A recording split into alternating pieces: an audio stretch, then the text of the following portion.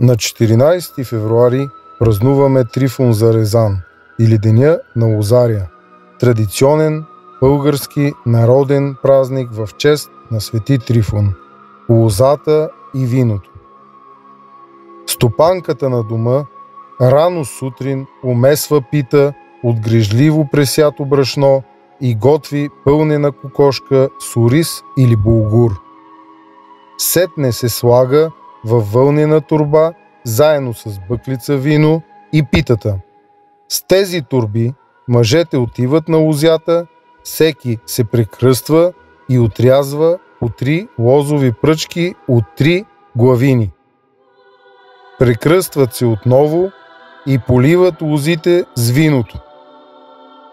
После се събират заедно, избират цар на лозята, задължително от най-заможните хора. Царя бива увенчан с корона от лозови пръчки и с още един венец през рамо, след което сяда върху колесарна каруца, теглен от лозарите. Съпроводени от звуци на гадулки, гайди, бумтеж на тъпан, всички тръгват към населеното място.